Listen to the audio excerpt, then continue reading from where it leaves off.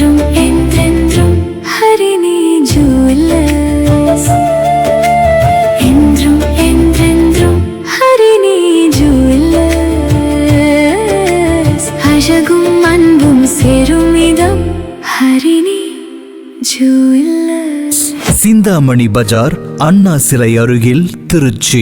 ஆளுங்கட்சியை சேர்ந்த எம்எல்ஏக்கள், அமைச்சர்கள் அப்படிங்கிற அந்த வரம்பை தாண்டி ரோட்டோரியன்களா, கட்சி வேறுபாடு இல்லாம 17க்கு மேற்பட்ட எம்எல்ஏக்கள் இவங்க இந்த ரோட்டரி குழுமத்தினுடைய அங்கத்தினர்களா இருந்தவர்கள் தற்போது ரோட்டரி இப்படி ஒரு இனிஷியேட் பண்றாங்க அப்படிங்கறதுல இன்ஸ்பயர் ஆகி மணப்பாறை தொகுதியில தாவேகா சார்பில் போட்டியிட்டு ஜெயிச்ச கதிரவன் பொதுமக்கள் ரோட்டோரியன்களா மாறணும், ரோட்டோரியன்ல தன்னை உறுப்பினர் ஆக்கிக்கணும் அப்படின்னு பலரும் கோரிக்கை விடுத்துட்டு இருந்த நிலையில டாக்டர் லீமா ரோஸ் கொஞ்சம் வித்தியாசமான ஒரு கோரிக்கையை முன் வச்சாங்க. நீங்க இந்த ரோட்டரியினுடைய அந்த செயல்பாடுகளை நீங்க பகுத்தாய்ந்து பார்த்தீங்க அப்படின்னு சொன்னா அவர்கள் ஒரு தனி அரசாங்கத்தையே நடத்திட்டு இருக்கிறாங்க.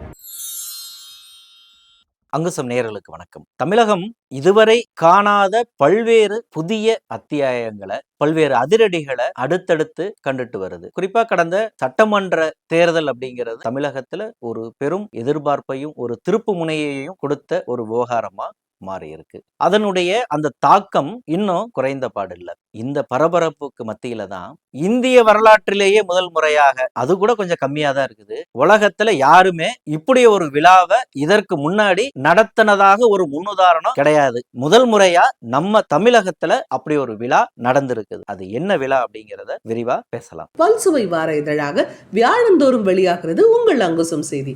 ஆண்டு சந்தா வெறும் 500 மட்டும்தான். 9488842025 எண்ணுக்கு ஜிபே, போன்பே மூலமாகவும் சந்தா செலுத்தலாம். நம்மளுடைய சேனலுக்கு முதல் முறையாக வாசகர்களா நீங்க வந்திருந்தீங்க அப்படின்னு சொன்னா அவசியம் அந்த பெல் ஐக்கானை கிளிக் பண்ணி அங்குசத்தினுடைய சந்தாதாரராக உங்களை இணைத்துக்குங்க. வாங்க நம்ம விஷயத்துக்கு போலாம். உலக அளவுல ஒரு 120 வருடங்களுக்கு மேலான பாரம்பரியத்தை கொண்ட ரோட்டரி இன்டர்நேஷனல் அமைப்பின் சார்பில் நடத்தின விழா ஜூன் மாசம் 6ஆம் தேதி திருச்சியில கிறிஸ்டல் கன்வென்ஷன் சென்டர் அந்த இடத்துல நடைபெற்ற அந்த விழா தான் ஒரு வரலாற்று சிறப்புமிக்க ஒரு விழாவா மாறியது. எதற்காக இந்த விழா? தற்போது புதியதாக பொறுப்பேற்றிருக்கக்கூடிய எம்எல்ஏக்கள் மற்றும் அமைச்சர்களை கௌரவிக்கக்கூடிய வகையில அந்த விழா நடந்தது. வழக்கமா ஒரு ஆட்சி மாற்றம் ஏற்பட்டுருச்சுன்னு சொன்னா புதுசா தேர்ந்தெடுக்கப்பட்ட எம்எல்ஏக்கள், அமைச்சர்களை அந்தந்த மாவட்டங்கள்ல இருக்கக்கூடிய வர்த்தக அமைப்புகள் அல்லது ஒரு தனியார் அமைப்புகள் ஒரு விழாவை ஏற்பாடு பண்ணி அவர்களை கௌரவிக்கிறது அப்படிங்கிறது ஒரு வழக்கமான ஒண்ணுதான். அது மாதிரி ஒரு விழா அப்படின்னு இதை நம்ம ஒதுக்கிட்டு போயிட முடியாது. ஏன்னு சொன்னா, ஏன் இதற்கு நம்ம இந்த அழுத்தம் கொடுக்கிறோம் அப்படின்னு சொன்னா, தற்போது அமைந்திருக்கக்கூடிய இந்த அமைச்சரவையில 5 அமைச்சர்கள், ஒரு 17க்கு மேற்பட்ட எம்எல்ஏக்கள் இவங்க இந்த ரோட்டரி குழுமத்தினுடைய அங்கத்தினர்களா இருந்தவர்கள் தற்போது எம்எல்ஏவா மாறுகிறாங்க, அமைச்சர்களாக அங்கம் வகித்திருக்கிறாங்க. அமைச்சர்களாகவும் எம்எல்ஏக்களாகவும் அங்கம் வகிக்கக்கூடிய அந்த ரோட்டோரியன்களை கௌரவிக்கக்கூடிய விழாவாகத்தான் இந்த விழா அமைந்தது. அதுதான் உலக அளவுல ஒரு முதல் முன்னுதாரணமாக நடைபெற்ற விழா அப்படிங்கிற ஒரு பெருமையையும் அது தக்க வச்சிருக்கு. தமிழகத்தினுடைய அதாவது மண்டலம் 5 அதன் கீழ் வரக்கூடிய பல்வேறு மாவட்டங்களைச் சேர்ந்த ரோட்டரி கிளப்புகள் ஒருங்கிணைத்து இந்த விழாவை நடத்தியிருக்கிறாங்க. தற்போது தமிழக அமைச்சரவையில அங்க வகிக்கக்கூடிய அமைச்சர்கள் DK. Prabhu, Keerthana, VK. Rajeev, R. Kumar, Vinod Ravi, இவங்க 5 பேரும் அமைச்சர்களா இருக்கிறாங்க. இதை தாண்டி Leema Rose, Nithyanandan, CS. Dileep, MM. Gopisan, Karthikeyan, MV. Karuppaiah, S. Vijayakumar, doctor Ravi, VK. Ramkumar, KS. Giriprasad, Kanimozhi, K. Sindhu, இவர்களெல்லாம்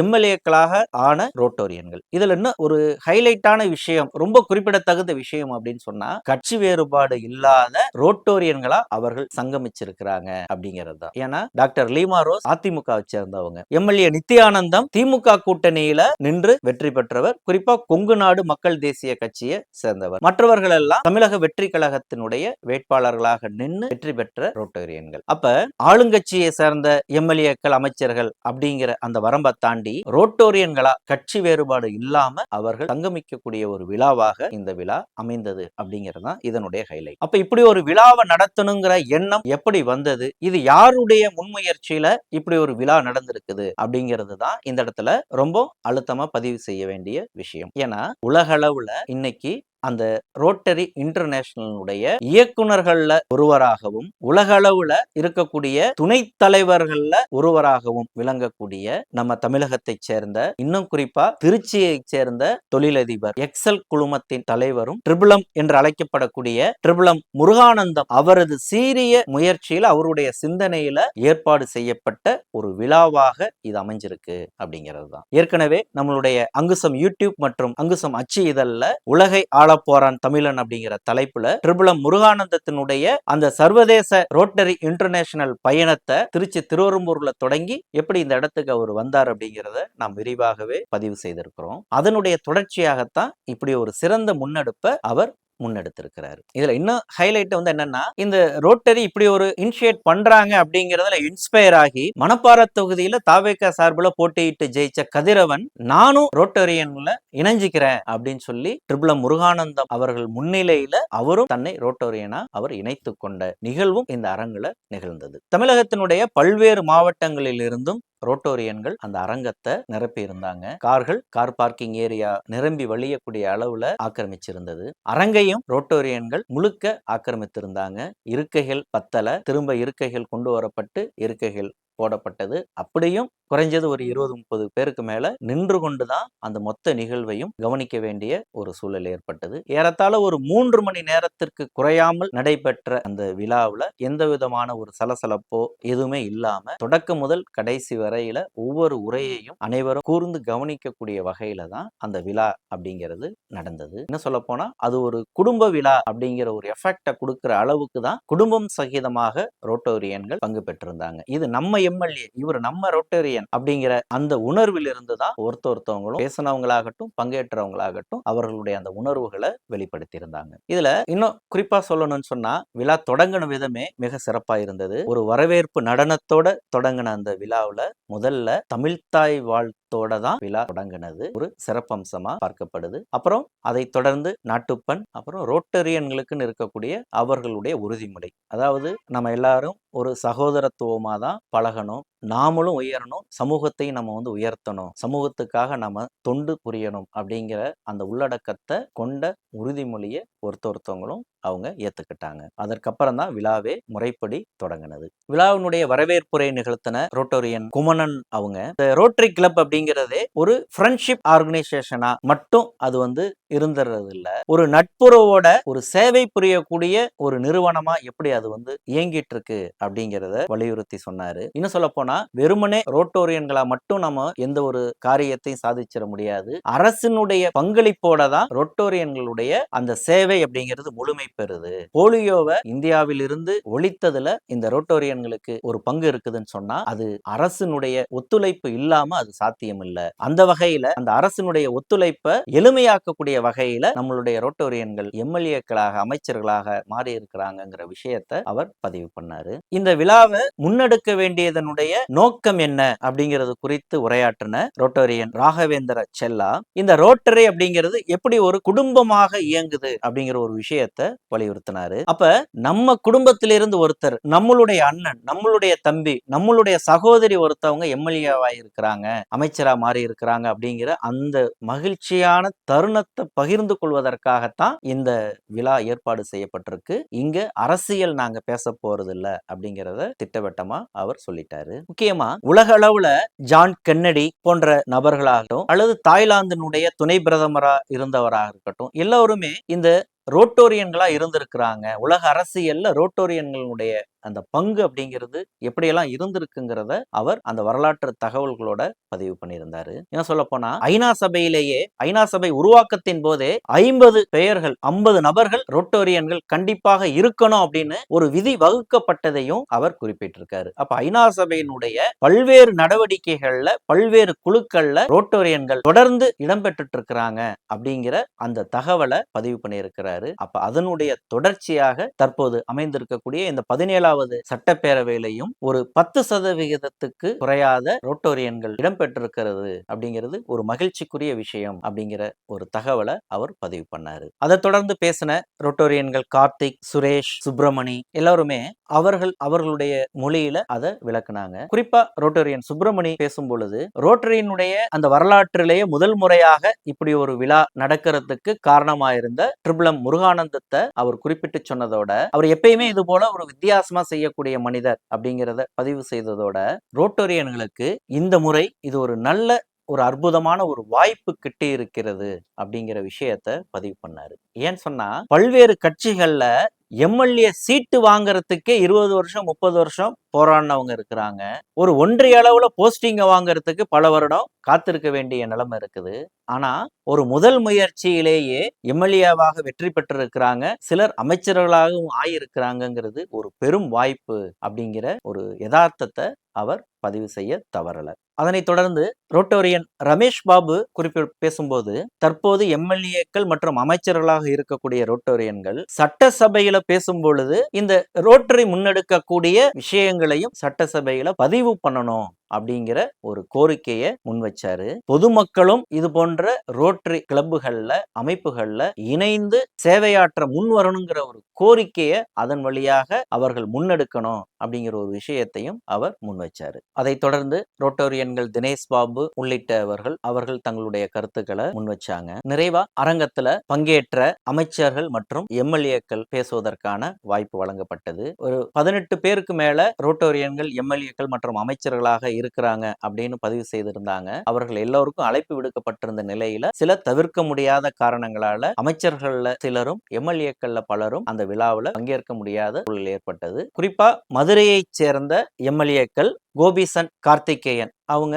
மதுரையில ஒரு விழாவை முடிச்சிட்டு அவசரமா கிளம்பி இந்த விழாவிலையும் அவங்க பங்கெடுத்தாங்க அப்படிங்கறதெல்லாம் ஒரு முக்கியமான குறிப்பிடத்தகுந்த ஒரு விஷயமா பார்க்கலாம். அந்த வகையில சுற்றுச்சூழல் மற்றும் வனத்துறை அமைச்சராக பதவியேற்றிருக்கக்கூடிய அமைச்சர் ராஜு அவர் பேசினாரு. அவரு இந்த ரோட்டோரியன்ல எப்படி நான் உள்ள வந்தேன் அப்படிங்கிற விஷயத்த விளக்கி சொன்னாரு. குறிப்பா அண்ணா யூனிவர்சிட்டியில அவர் படிக்கிற காலத்திலேயே 2 வருடத்துக்கு அண்ணா யூனிவர்சிட்டியினுடைய அந்த ரோட்டரியினுடைய செயலாளரா அவர் நான் பணியாற்றி இருக்கிறேன் அப்படிங்கிற அந்த கடந்த கால அனுபவத்தை அவர் சொல்லி இருக்கிறாரு. அடுத்தது அவர் அவர் இயங்கக்கூடிய அந்த ரோட்டரி கிளப்ல அந்த சுற்றுச்சூழலுக்கு எப்படி முக்கியத்துவம் கொடுத்துட்டு இருந்தோம், தன்னுடைய தனிப்பட்ட வாழ்க்கையில சுற்றுச்சூழலுக்கு எப்படி ஒரு அழுத்தம் கொடுத்துட்டு இருந்தேன், கவனம் கொடுத்துட்டு இருந்தேன் அப்படிங்கிறத விளக்கி சொன்னவர். அதன் காரணமாக என்னவோ தெரியல அவருக்கு சுற்றுச்சூழல் துறையே ஒதுக்கப்பட்டதனால அந்த சுற்றுச்சூழல் சம்பந்தமான சில கோரிக்கைகளையும் பொதுமக்கள் மத்தியில அவர் முன்வைத்தாரு. குறிப்பா இது போன்ற கூட்டங்கள் இனி எங்க நடந்தாலும் அங்க ஒரு முறை பயன்படுத்தி தூக்கி எறியக்கூடிய அந்த பிளாஸ்டிக் பயன்பாட்டை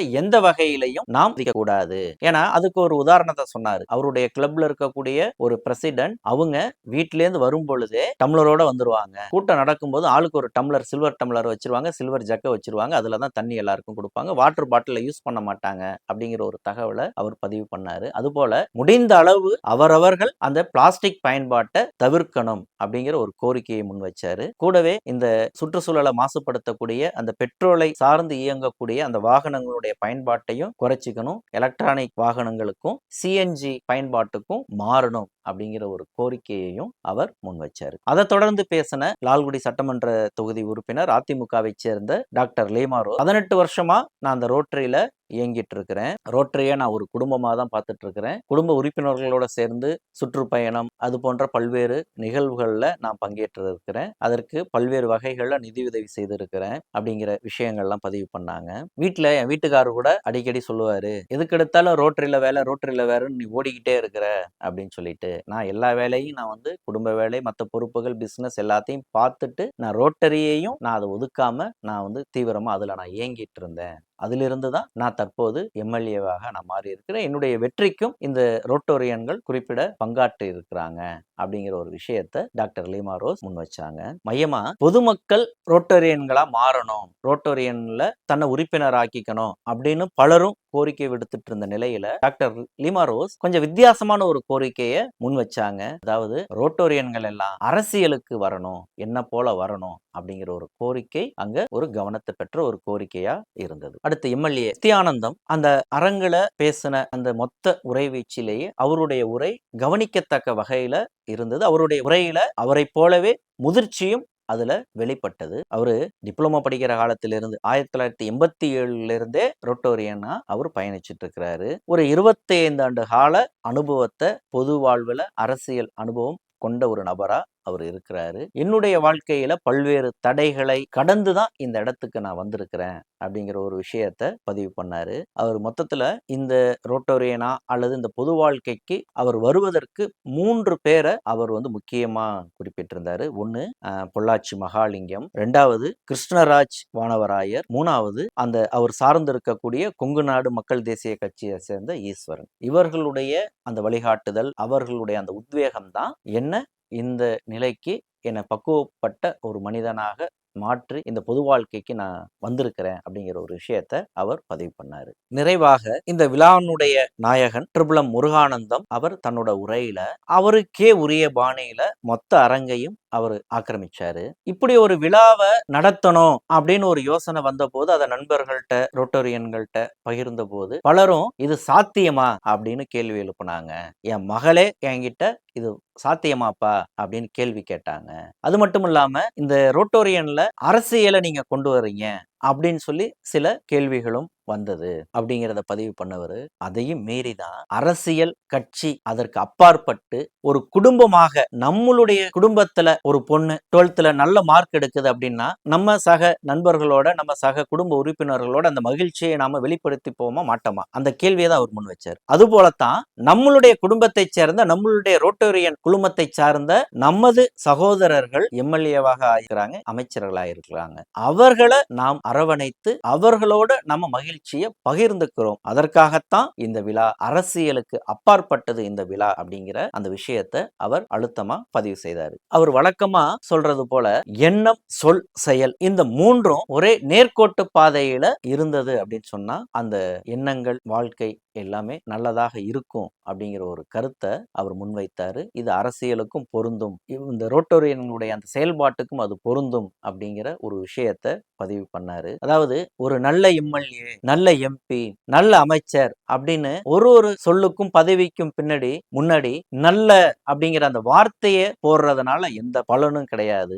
எண்ணமும் சொல்லும் செயலும் ஒரே நேர்கோட்டில் அது பயணிக்கும் போது இது நம்ம எம்எல்ஏ, இது நம்ம அமைச்சர் அப்படிங்கிற அந்த ஒரு நிலை கிடைக்கும் அப்படிங்கிற ஒரு விஷயத்தை அவர் வலியுறுத்தினாரு. அடுத்தது பாரத பிரதமர்கிட்டையும் தற்போதைய புதிய முதல்வராக தமிழகத்துல பொறுப்பேற்றிருக்கக்கூடிய ஜோசப் விஜய் அவர்களிடத்தும் ஒரு ரோட்டரி இன்டர்நேஷனலுடைய ஒரு தலைவராக அவர் சில கோரிக்கைகளை ரோட்டரி சங்கத்தின் சார்பில் முன்வைத்திருக்கிறார். அது சம்பந்தமா கடிதம் அனுப்பியிருக்கிறாரு. அதுல சில விஷயங்களை வலியுறுத்தி இருப்பதாக அவர் பதிவு பண்ணாரு.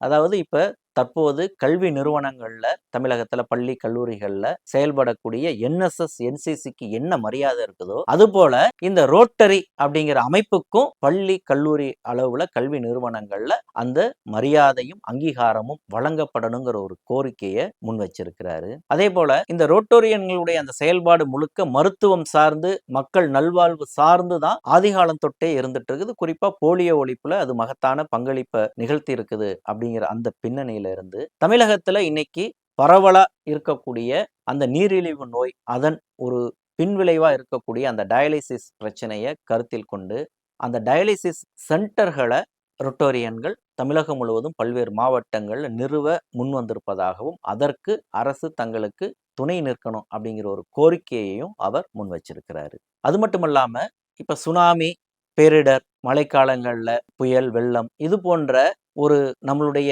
இயற்கைக்கு அப்பாற்பட்டு நிகழக்கூடிய இந்த பேரிடர்னால பாதிக்கக்கூடிய மக்களை பாதுகாக்கணுங்கிற ஒரு நோக்கத்திலிருந்து அந்த நேரத்துக்கு நம்ம தடுமாறி இருக்கணுங்கிறது ஒரு நிலை இல்லாம, உதாரணத்துக்கு இங்க நாகப்பட்டினம், தஞ்சை இது போன்ற பகுதிகளில் ஏதேனும் ஒரு பாதிப்பு ஏற்பட்டது அப்படின்னு சொன்னா அதற்கு அருகாமையில் இருக்கக்கூடிய மாவட்டங்களான தஞ்சை, திருச்சி இது போன்ற இடங்கள்லையும், தூத்துக்குடி, திருநெல்வேலி இது போன்ற அந்த முக்கியமான சில இடங்கள்ல ஒரு குறிப்பிட்ட ஏக்கர் அளவு பரப்புல நிரந்தரமான நிவாரண முகாம்களை நாம் தயார் நிலையில் வைத்திருக்கணும். அதற்கு ரோட்டோரியன்கள் தயாராக இருக்கிறாங்க. நாங்கள் அதை செய்ய தயாராக இருக்கோம், எங்களுக்கு நீங்கள் இடம் கொடுத்து அதற்கான அந்த ஒத்துழைப்பை நீங்கள் வழங்கணும் அப்படிங்கிற ஒரு சீரிய ஒரு கோரிக்கையையும் அவர் முதல்வரிடத்தில் வைத்திருப்பதாக அவர் குறிப்பிட்டிருக்கிறாரு. அப்புறம் எம்எல்ஏக்கள் கனிமொழி, சிந்து அவங்களும் பேசுனாங்க. அதில் குறிப்பாக எம்எல்ஏ சிந்து பேசும்போது அவங்க எப்படி இந்த ரோட்டோரியனா உள்ள நுழைஞ்சாங்க அப்படிங்கிற அந்த விவரங்கள்லாம் பதிவு செய்தாங்க. இன்னும் சொல்லப்போனால் எம்ஜிஆரோட ஒரு பாடலை பாடி அவங்க அந்த விழா அரங்க அசத்தி இருந்தாங்க. இதில் ரொம்ப முக்கியமாக எம்எல்ஏ நித்யானந்தம் தன்னுடைய உரையில் சொல்லும் பொழுது தன்னுடைய அந்த ரொட்டோரியனுடைய கடந்த கால அனுபவத்தை சொல்லும்போது, ரொட்டோரியனில் ஒரு பிரசிடென்ட் ஆகிறது அப்படிங்கிறது அவ்வளவு எளிமையான காரியம் கிடையாது. ஒரு 70 பேர் கொண்ட நபர்களை கையாள்றதே அவ்வளவு சிக்கலுக்குரியதா இருக்கும். முகத்துக்கு நேரா ஒரு மாதிரி பேசுவாங்க, முகத்துக்கு பிறகு வேற மாதிரி பேசுவாங்க. இப்ப இதையெல்லாம் கடந்து தான் நான் இந்த ரோட்டோரியன்ல ஒரு பிரசிடென்ட்டா என்னுடைய காலத்தை நான் நிறைவு செய்திருக்கிறேன் அப்படிங்கிற ஒரு விஷயத்தை பதிவு செய்யும்போது அரங்கமே ஆர்ப்பரித்திருந்தது. ஏன்னு சொன்னா ஒரு 70 பேர் கொண்ட அந்த ரோட்டரி உறுப்பினர்களை அவரவர்களுக்கு ஒரு மாறுபட்ட சிந்தனை, மாறுபட்ட எண்ணங்கள், மாறுபட்ட கருத்துக்கள் போன்ற மாறுபட்ட வழிமுறைகள், ஒரே வேலையை தான் செய்யணும். ஆனா அதற்கு 70 பேரும் ஆளுக்கு ஒரு வழிமுறையை சொல்லுவாங்க, ஆளுக்கு ஒரு ஆலோசனையை சொல்லுவாங்க. அப்ப இதை எல்லாத்தையும் ஒருங்கிணைத்து அந்த ரோட்டரியினுடைய ஒரு பிரசிடென்ட்டாக சக்சஸ்ஃபுல்லா அந்த ஆண்டுகளை நிறைவு செய்து கடைசியா 2 கை கூப்பி நன்றி சொல்லிட்டு வெளியே வரத்துக்குள்ள பெரும்பாடு அப்படின்ட்டு அவருக்கே உரிய அந்த பாணியில சொல்லும்போது எல்லோருமே அதை ஆமோதித்தாங்க. ஏன்னா அப்படி ஒரு நிலைமை தான் எல்லா இடத்துலையுமே இருக்கு. நம்மள்கிட்ட இருக்கக்கூடிய 10 விரல்களே ஒன்றா இருக்கிறது இல்லை அப்படிங்கும் பொழுது இது போன்ற ஒரு பொதுத்தளத்துல அதுவும் இது போன்ற ஒரு சேவை மனப்பான்மையோட வெளியில இயங்கக்கூடியவர்கள் எதிர்கொள்ளக்கூடிய ஒரு சிக்கலா இருக்குது. அப்ப அந்த தலைமை பண்பை, அந்த தலைமைத்துவத்தை மற்றவர்களை ஒருங்கிணைக்கணும், பல்வேறு எண்ணம் கொண்டவர்களையும் ஒருமித்த கருத்தோட ஒரு வேலையை சக்சஸ்ஃபுல்லா செய்து காட்டுற அந்த பண்புகளை இந்த ரோட்டரி அவருக்கு கத்து கொடுத்திருக்குது அப்படிங்கிற அந்த விஷயத்தை தான் அவர் அழுத்தமாக பதிவு செய்திருந்தாரு. முன்னாடியே சொன்னது போல பல்வேறு அவமானங்கள், பல்வேறு தடைகள், இதையெல்லாம் கடந்து தான் நான் ரோட்டோரியனா ஒரு முன்னாள் பிரசிடென்ட்டா நான் அதை சக்சஸ் பண்ணியிருக்கேங்கிற அந்த விஷயத்த நித்யானந்தம் அழுத்தமாக அவர் பதிவு செய்திருந்தார். அதுதான் அந்த விழாவினுடைய ஒரு முத்தாய்ப்பான ஒரு விஷயம். ஏன்னா இப்ப இந்த ரோட்டோரியன்கள் எம்எல்ஏக்களாக இருக்கிறாங்க, அமைச்சர்களா இருக்கிறாங்க. அவர்கள் ஏற்கனவே இந்த ரோட்டரி கிளப்புகள்ல அந்தந்த மாவட்டங்கள்ல அவர்கள் பல்வேறு படிநிலைகள்ல அங்கத்தினர்களாக முக்கிய பொறுப்புகள்ல தற்போதும் வகிக்கக்கூடியவர்களா அவர்கள் இருக்கிறாங்க. அப்ப இந்த ரோட்டரி அவர்களுக்கு அந்த தலைமைத்துவ பண்புகளை அனைவரையும் ஒருங்கிணைக்கக்கூடிய அந்த விஷயத்த ஒரு குடும்பமா சாதி மதம் கடந்து ஒரு குடும்பமாக பாவிக்கக்கூடிய அந்த பண்புகளை வளர்த்தெடுத்திருக்குது. அப்ப இந்த ரோட்டரியினுடைய செயல்பாடு அப்படிங்கிறது எப்பயுமே ஒரு ஃபண்டு கொடுக்கறது, ஒரு மற்றவங்களுக்கு ஒரு உதவி செய்யறது, தான தர்மம் பண்றது அப்படிங்கிற அளவோட அது என்றைக்குமே நிறந்தது இல்லை. நீங்க இந்த ரோட்டரியினுடைய அந்த செயல்பாடுகளை நீங்க பகுத்தாய்ந்து பார்த்தீங்க அப்படின்னு சொன்னா அவர்கள் ஒரு தனி அரசாங்கத்தையே நடத்திட்டு இருக்கிறாங்க. அரசாங்கத்திற்கு இணையான ஒரு திட்டங்களை அவர்கள் வகுத்துட்டு இருக்கிறாங்க. அரசாங்கத்துக்கு இணையாக சமூகத்துல என்ன சிக்கல் புறையோடி போயிருக்குது, எதுல நம்ம கவனம் செலுத்தணும் அப்படிங்கிற விஷயங்கள்ல அவர்கள் ஆய்வு நடத்துறாங்க. வெறுமனே அவர்களுடைய அந்த விருப்பத்தை அவர்களுடைய ஒரு மன மகிழ்ச்சிக்கான ஒரு இடமாக மட்டும் அவர்கள் அந்த ரோட்டரி கிளப்புகளை அணுகுவது இல்லை அப்படிங்கிறது தான் இந்த இடத்துல அழுத்தி சொல்ல வேண்டிய ஒரு விவகாரமா இருக்கு. ஒரு போலியோ ஒழிப்பு அப்படிங்கிறது ஒரு முன்னுதாரணமா இருக்குது அப்படின்னு சொன்னோம்னா இப்ப தற்போதைய நிலையில கேன்சர் ஒழிப்புக்கு அவர்கள் ஒரு முக்கிய இடத்தை கொடுத்திருக்கிறாங்க. இந்தியா போன்ற நாடுகள்ல சுகாதாரம் அது போன்ற விஷயங்களுக்கு கூடுதல் கவனத்தை கொடுக்கறாங்க. அது மட்டும் இல்லாம இன்னும் ஆப்பிரிக்கா போன்ற நாடுகள்ல எடுத்துக்கிட்டீங்கன்னா அந்த நாட்டுக்கு என்ன தேவை, ஒரு சுகாதாரமான ஒரு குடிநீர் இல்லாம இருக்கிறாங்களா, அப்ப அதற்கு என்ன செய்யணும், அது போல அந்தந்த நாட்டுக்கும் அந்தந்த சூழலுக்கும் ஏற்ப என்ன தேவை அப்படிங்கிறத ஒரு கள ஆய்வின் அடிப்படையில அவர்கள் அதை ஆராய்ந்து அதற்கு ஒரு தனி கவனத்தை கொடுக்கக்கூடிய ஒரு அமைப்பாகத்தான், ஒரு தனி அரசாங்கமாகத்தான் ரோட்டரி இன்டர்நேஷனல் அப்படிங்கிறது இயங்கிட்டு இருக்குது. அப்ப அப்படியேப்பட்ட ஒரு அமைப்பிலிருந்து அப்படியேப்பட்ட அமைப்பினுடைய அந்த செறிவான அனுபவங்களை செறித்து வளர்ந்தவர்கள் தான் தற்போது எம்எல்ஏக்களாக அமைச்சர்களாக அங்கம் வகிக்கிறாங்க. அப்படிங்கிறப்ப அப்ப இந்த ரோட்டரியினுடைய அந்த அனுபவமும் தற்போதைய எம்எல்ஏக்கள் மற்றும் அமைச்சர்களுடைய அந்த அதிகாரமும் ஒன்றிணையும் போது அரசாங்கத்தோடு ரோட்டரி கிளப்பும் இணைந்து இருகரம் சேர்ந்து பயணிக்கும் பொழுது சமூக நலன் சார்ந்த பல்வேறு திட்டங்களை செயல்படுத்துவதற்கான வாய்ப்புகள் இருக்கு அப்படிங்கிறது மட்டுமல்ல, அப்படி ஒரு வாய்ப்பை ஆக சிறந்த முறையில பயன்படுத்திக்கணும் அப்படிங்கிறத ஒரு வலியுறுத்தக்கூடிய விழாவாகத்தான் இந்த விழா அமைஞ்சிருக்கு. அதுதான் இந்த விழாவினுடைய ஒரு சிறப்பம்சமாகவும் இருக்கு அப்படிங்கிறத தான் நாம பார்க்க முடியுது. நிறைவாக இப்படி ஒரு விழாவை ஏற்பாடு செய்த ரோட்டரி அமைப்புகளுக்கும், குறிப்பா இதற்கு முக்கிய காரணமாக அமைந்த ரோட்டரி இன்டர்நேஷனலுடைய துணைத் தலைவர், இயக்குநர்கள்ல ஒருவர், திருச்சியை சேர்ந்த தொழிலதிபர், எக்ஸல் குழுமத்தின் தலைவர் ட்ரிபிளம் முருகானந்தம் அவர்களுடைய அந்த பங்களிப்பும் இந்த இடத்துல குறிப்பிடத்தகுந்ததா இருக்குது. இந்த கருத்துக்கள் பத்தி, இந்த முன்னெடுப்பு பத்தி, இந்த விழாவை பற்றி, இந்த ரோட்டரி கிளப்பினுடைய இந்த செயல்பாடுகள் பற்றி நீங்க என்ன நினைக்கிறீங்க? கமெண்ட்ல சொல்லுங்க. தொடர்ந்து பேசலாம். நன்றி. எக்ஸல் குரூப்ஸ், மாறு மாற்று, மக்களுக்கான நேர்மையான சமூக பணி என்றும் தொடரும். எக்ஸல் குரூப்ஸ், ட்ரிபிளம் முருகானந்தம்.